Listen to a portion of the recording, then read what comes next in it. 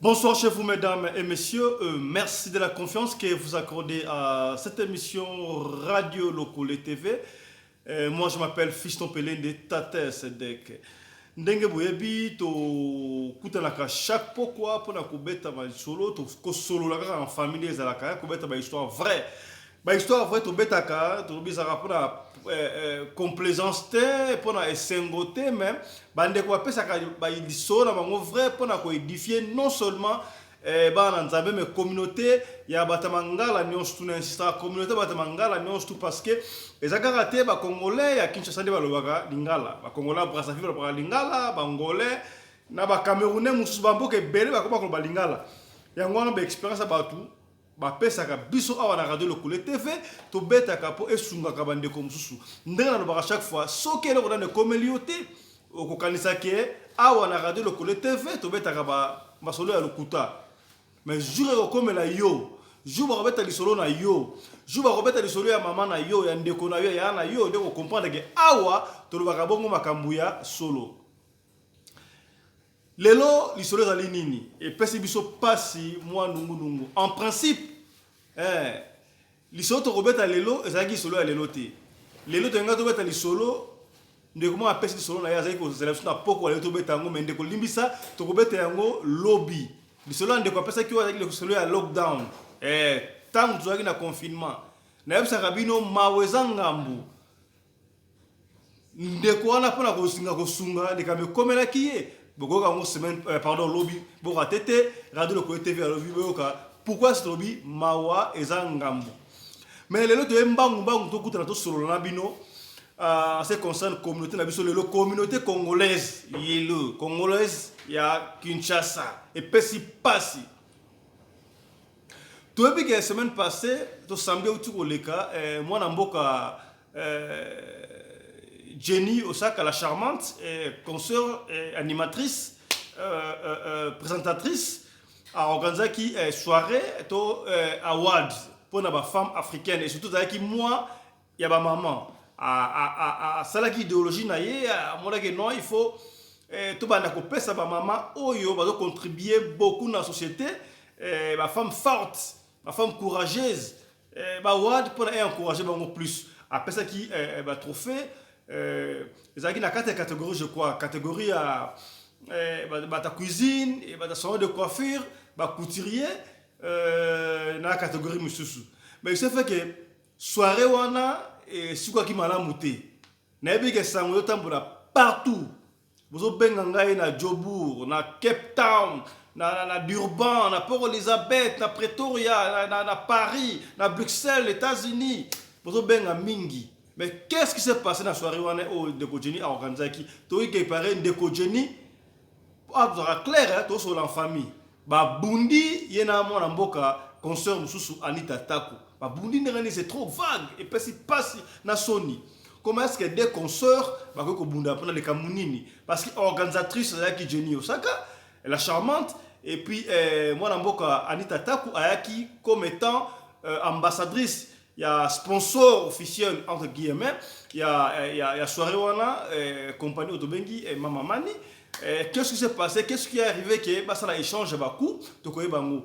Na ndenge ko beta lisolo wana te boyebi ke ngai avant na beta lisolo na tout na vérifiaka na tout na concerné si tu es capable de passer comme ça expliquer ou éclaircir batou bah qu'est-ce qui s'est passé. Voilà, Tobengaki d'abord mon mboka Anita Tako, concert Nabiso, Mbiaka, il y a média na mboka o ya presque yebi Anita Tako, na solo naye avec expliquer ngai qu'est-ce qui s'est passé sali ba déclaration o zali hier, on a moni pesa valable la prière. Ayi bon ba ki 15h et comme manifestation fera ba 15h, ba ki na 15h ti ba 22h. Il paraît na nuka ba introduire ki bangote. Alors il se fait qu'il y a échange de parole et puis lui Azaki vraiment pressé parce que mobile mon papa ya bana abande ko benga ye pe fana na Pretoria et venir ça maki na Johannesburg moi distance wana il fallait qu'il y ait 22h. Alors maman Anita a se réservé à lobby à koleka en direct na radio Locale la télévision pour le moment par respect ya mobali na ye parce que papa pekisi bati makambo wana se alors alingi pena ko se prononcer te donc son maman Anita alingi ko se prononcer te elle garde son calme ndenge terme utilisé elle donne sa langue au chat donc alobi kaka toloba ke non akolobelo ko moko te o salami on salami soka alinga loba ba procédure judiciaire mususu ekozala alors tosongaki pa mwana mboka Jenny Yandimi à l'écran, la radio locale, a expliqué qu'est-ce qui s'est passé au juste. Alors, nous avons demandé attentivement qu'est-ce qui s'est passé. Quand on a ce titre, on a dit Bawad et Suki Namakofi. Qui a été à la base? Il y a Bitumba. Tu as remis ça mon boulot dans l'événement. Oyo ba consort na biso, to consort na biso salina. Une initiative qui toque au moins dans Boka Salaki. Pourquoi est-ce que et ça les bongo? Et tu yoki nungu. Il y a eu même des gens oyo ba l'ingénieur soirée wana et simba na habité na cadre nini. Tu yoka na nous dans Boka Jenny. N'enga expliquer. Tu rebenga yebo yoka yemo on a expliqué. Et par là on verra la suite. On va faire notre propre analyse. Autre roba au langage que biso. Tu reçois l'analyse. Toyoka ndeko Jenny Jenny alobinini ya Chris voilà allô yes, allô allô yes allô ouais voilà mboka Jenny Mbote la charmante oh je suis le Pelindi bonsoir ya voilà, on a en direct na radio Lokole TV, c'est quand on a en direct na YouTube et puis na radio. Tobengio po ozali fondatrice, organisatrice ya manifestation to ba wad o les cas qui samedi passé, initiative qui to comme nungu zo lobama, ba zo lobake événement wana et suki bongo na bitumba na ba kofi sali bienté. Yo na consort na yo mususu qui représentante, toi ambassadrice, il y a sponsor officiel, Boyo Qualité. Expliquez-moi qu'est-ce qui s'est passé au juste. En direct, En direct, maman. Ouf. Tonton Fessé Pelindi. Bonsoir, non, on a battu, non, moi, il a décevoir, on les a donné, ça pour moi, je ne savais même pas. Bonsoir à tout le monde. C'est Jenny Okatachomba, la charmante. Il y a effectivement une initiatrice et coordonnatrice, il y a plateforme African Women Award. Question dans les amis, papa? Expliquez-moi ce qui s'est passé. Événement pour ça que les gars qui bien, mais na sou que cela qui bien té, il paraît il y a eu des menaces, il y a échange de coups entre yo organisatrice na ba sponsor là. Qu'est-ce qui s'est passé? On n'a pas compris. Là-bas, on n'a pas comprendre. Qu'est-ce qui s'est passé au juste? Bon, en fait, c'est une petite rectification. Évidemment, les gars qui te côté na souka, ils ont un problème au côté. C'est la raison à tous les tout parce que na simananga na sana ba 17 personnes. Tous les na ba avocat na 4, tous les qui penja te kokota na piste oyo pa na bisu ça pena na espace te. Évidemment, les gars qui très très bien jusqu'à la fin. Et ce qui concerne étant le sponsoring, non, tout ça qui n'a sponsor officiel, tout ça qui n'a pas partenaire officiel. Donc entre Mohamed Mouleka, Mamamani, FBT, et Fondation Ibrahim Kalonji, États-Unis, bref, et tout a été bien passé. Donc je pense que jusque-là, on a méthosé en Ghana. Ce qui concerne Bakou, Bitumba, non, il n'y avait absolument rien. Sauf qu'il y a des qui n'ont mal attendu par rapport à un cadeau, il fallait qu'il va payer ça la gagnante. Parce que parmi les partenaires, ils ont un partenaire, moi, quand tu signes qui n'a bango, accord Nabiso de Salaki. Donc, il n'y a pas accord, qui à part bon, Nabiso, il y a sponsoring, il fallait qu'il va remettre la maman, cadeau. Alors, communication, ils ont qui pendja bien té. La maman va jouer là qui ont pendja na angle bien té. Alors, il s'est dit que ça la proclamation, il y a des candidats qui va jouer qui, au moment où, agent, il y a société qui pressé à Okende. Alors, comité, il y a qui ont pu intervenir, intervenir et puis si comme moi na moi ça zali la problème est la moi bien alors moi na moi sur zala qui représentante parce que zala qui monte zala qui me balé un superviseur na bango amika qui un peu comme mimila on ndenge mabi alors singa qui na intervenir et au moment où on a intervenir a sauté sur moi avec Bangir na kosimbanga na njoto en fait na mona qui c'est tout à fait normal parce qu'elle est journaliste ngapé na sana kata média donc en plus et parmi bato babundisa qui biso na organisation na biso donc c'est la raison là-bas qui pour la réputation il y a événement tout koka qui te ko répondre pour badli tout ça qui na été tout ça qui badli na mutoza supérieur na donc c'est un peu ça voilà mon amboka Johnny on peut expliquer biso qu'est-ce qui a fait que Bino et que Soukabongo na échange à coup il paraît est-ce c'est vrai d'abord que y a après ça que coup to boni abi mbeboza ko vimba est-ce que consort na yo a beta que ma kofi c'était quoi la raison juste et qu'est-ce qui a fait que a beta yo quoi et puis après c'était quoi juste qu'est-ce qui s'est passé parce qu'il y a claim azo déclaré que so na ko ba raison pour comment dit ezali wana na kusi wana pendant na ko kosa parce que izaki na raison moko atamukite mais sauf que banda qui ba préparatif na biso ba combat auto banda ko kutana ngo la fille elle était aussi parmi bato banda ko combattre biso et campagne wana na tuna responsable de campagne wana deux fois question est-ce que il faut que la fille aille à ko représenter bino oui ça radio le collé bato bako s'arrêter je pense qu'elle est dans l'équipe oui soit directeur à campagne wana soit la dame a repéré au leka à Oloba. J'ai dit à deux fois est-ce qu'il faut qu'aille parce qu'on pressentait quelque chose na présence il y a assiste voilà un événement en ambition donc et du coup il passé oui c'est passé wana donc pour moi ce que je peux dire premièrement est affecté organisation à bichoté et deuxièmement est affecté dans le pénalité parce que évidemment oh na sala qui en na vision exemple de pesa kinga alors ceux qui va difficulté va problème va porte d'entrée va combat et je pense qu'il na koki kozonga ndé il peut monter à pesa nga vision au lieu qu'il na banda ko bunda mais sauf que ils ont sonné siko mabe et dans les ils ont sonné les mabe la dame elle continue toujours à le faire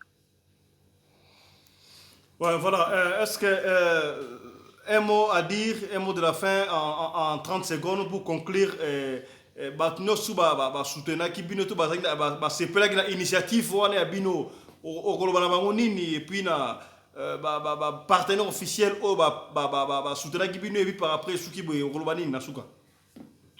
Bon en fait pour une équipe Mobimba je pense que au Japon papa Anderson à un moment donné ça biso ko le banan merci na maître Maurice zala ko le ban merci na bato union surtout au ba soutenir ki biso bon merci Pindia na au fond de cœur s'il vous plaît sentez-moi bien na kata mtema na ngata zo singa na merci ya makasi local biso et ya mibale za message na ko lancer na ba maman union surtout Africa Women Award et bien ki maman moko te pesa imbongo biso to benga ki ba mama po baya ko ba diplôme de mérite pour to reconnaître ba valeur ya ba mama aspect ya mbongo to yebi yango te mais to ko ki pe ko négliger te oyo za lo kwa neti ba faille ba problème ba difficulté ya première édition et sa première édition et deuxième édition za bonsa la biso grâce to ko bongisa esika oyo to bebisaki oyo esika to ko kakite ngamoko na nkotala na ngamoko na bomoto na grandeur le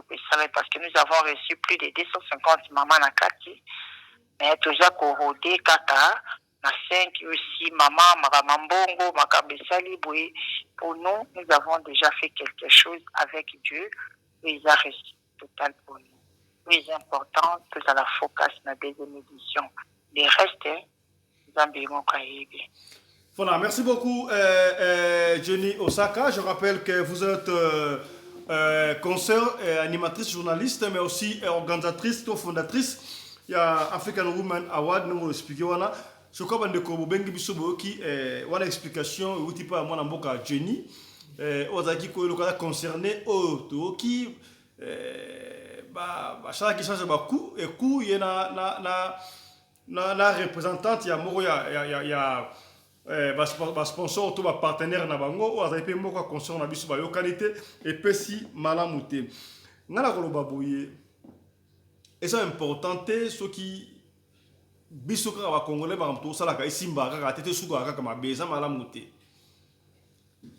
soki ndeko asali initiative moko eza ya malamu oyo ezopesa bacongolais to bato mangala lokumu na mboka bapaya to soutenir haine ezalaka na ntina moko te nali koloba nanu sikoyo te na koloba na suka mpo na conclure et puis toyokaki yai même de coup de fil na ambassade babengi bata communauté mosusu koto oyo gano communauté baboyi ke bayebi événement wana te là je ne confirme pas nde baradio total ezoya tomeka tojoindre bata communauté mais bazalaki na tante bazalaki na réunion alors on n'a pas pu kojoindre bango mpona bamosusu mais tozala mpe moko ya bakambi ya communauté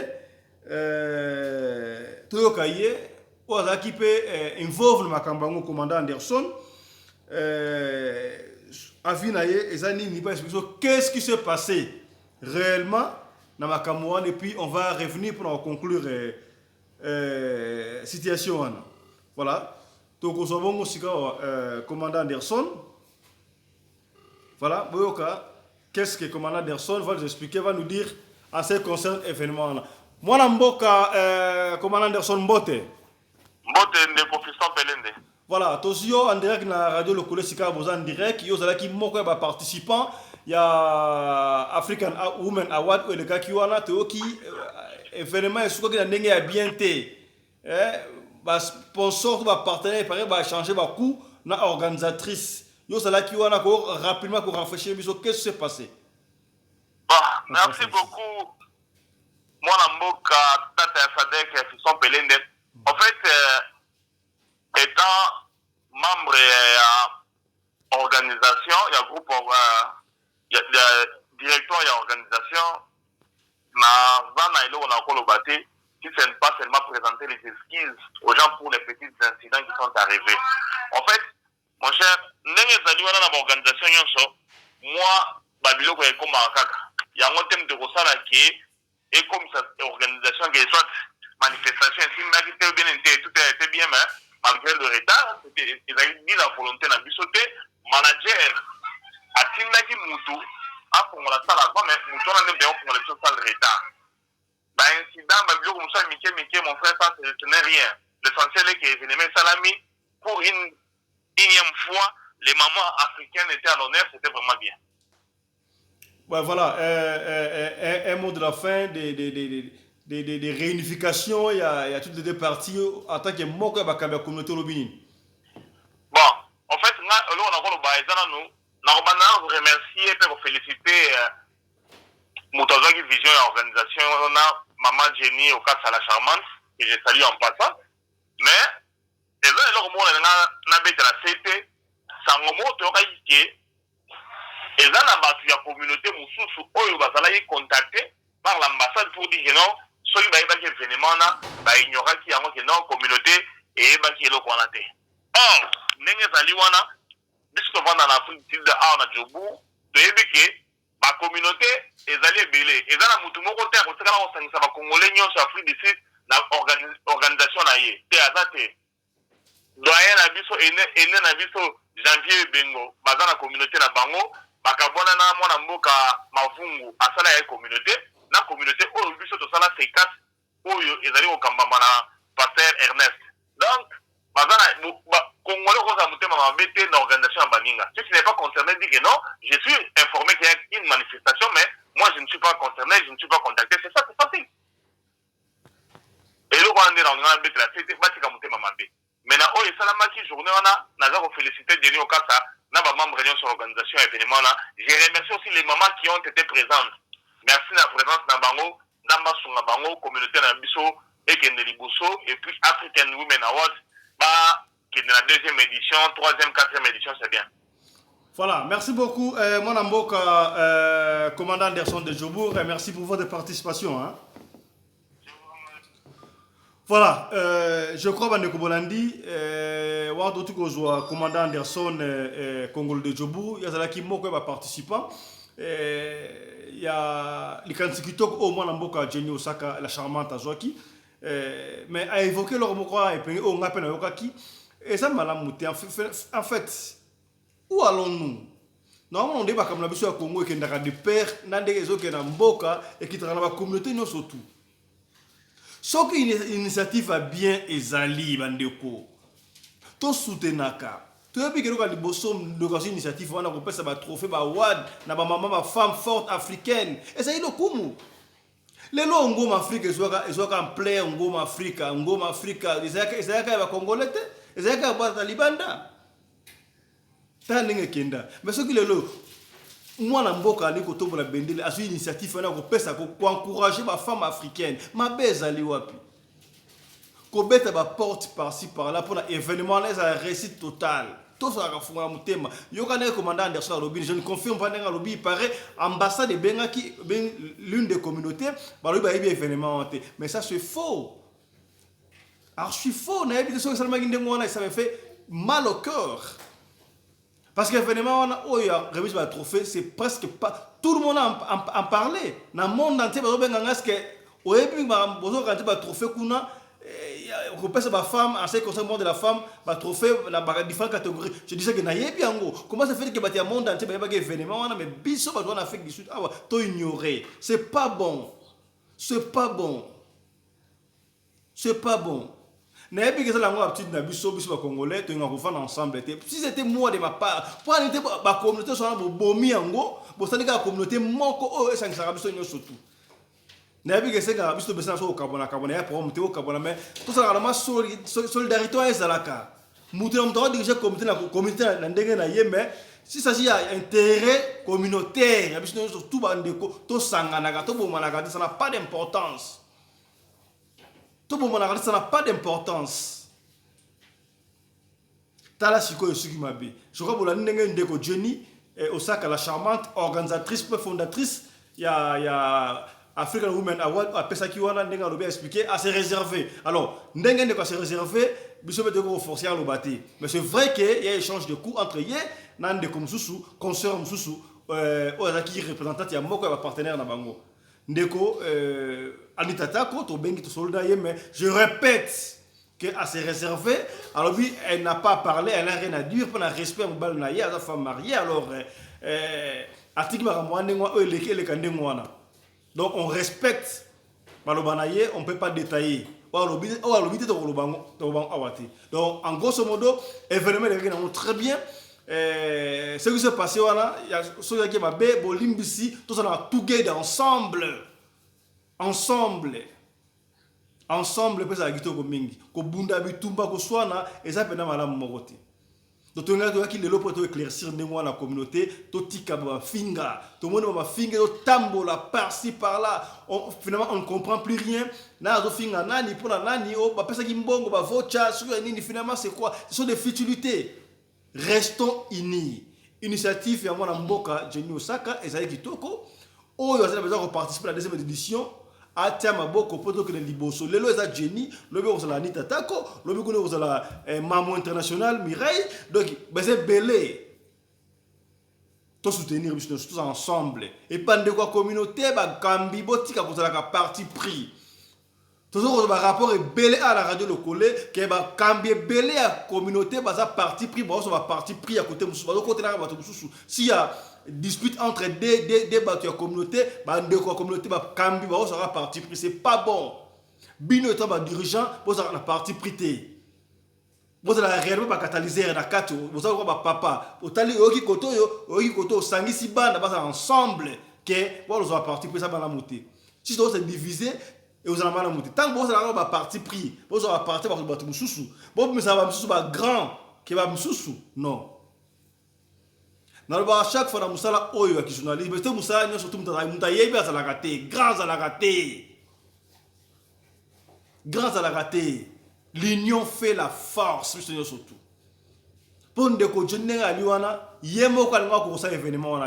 Il y a un événement qui va te bénir, il y a un beaucoup pour nous honneur. ya mboka na biso Congo a contacté qui ambassade batia maboko non seulement mbongo même moralement ba conseil et que les bosolo quoi mais quand on appelle qui bande wa événement on a ça fait mal et ça va la monter donc on doit te revoir on doit te sépélité biso ba mbiaka ya presse na mboka o ba mbiaka tous tout together. Tous à tous together. Donc, tous sangana. L'union fait la force, donc il y a des bosso. Tous sangana pour un beau collapse, il y a des bosso. Donc, tout ça, c'est. Bandeko, parce que nous, Roger Gissou, nous avons un Angola, nous avons un parti dans le monde entier, nous avons un commentaire qui nous va journaliste pour Bundi, pour Bundi, et ça, moi, mes ententes, Moukier, Batchen a fait, vous venez de continuer à expliquer, Batchen a fait, donc on est ensemble. Nous en été. Événement s'est bien passé, trophée, donc il y a un moins de décalage à taille, moins de pêche, mais tout va bien. Grand merci à sponsor officiel à Radio Lokole TV. Yannick Inia, dragon de monnaie congolais, Moutambongo Kosakanate, Mbote. Didier Tchenga Bokulaka, autorité morale à Bamongo, nous tout le sako. Mbote Sikozali. Tokena na onde ngwana. Mbote na Roger Kizunga na Angola. Mbote. Na Chibwabwa, le prince, l'héritier du trône. Toujours du chemin, on a Mbote, Fondation Monzali, Boza, Mbote, Salo Hilary na représenté Mbote, bien sûr, on a bossé minoté. To suki a pour le exactement éclaircissement, to pesa en ces conséquences. Ça, les sortes solo ligat, quand tu solo là, to solo ligat, je t'ai sabino qu'est-ce qui est passé, na remise de trophée, oyo bana boka Jenny a organisé qui. Nazo répéter lobby to zongi na masolo normal to mettre ma solo pour na ko différa bino ko penya bino to lobaka pour biso to mettre ma solo na kimia na sincérité pour na ko nuire ba ninga mais pour na ko talisa ma boyele kana monde entier na communauté ya Mangala maweza ngambu to ko ka solo lobby comment est-ce que mutaide na ninga na confinement et soukele ndenge ni to ko ka ngolobi ma solo confirmer ça mi balé Mibale nande comme Zusu moi si akimiye na mbongo sa salaire 6 mois to kobeta ngwaka après lobby confinement de mankam to suki lelo pona lelo to suki awo nous vous retrouvons demain avec un autre numéro de l'émission Radio Lokole TV. D'ici là, portez-vous bien. Santé de fer à tous. Chap chap et tchara.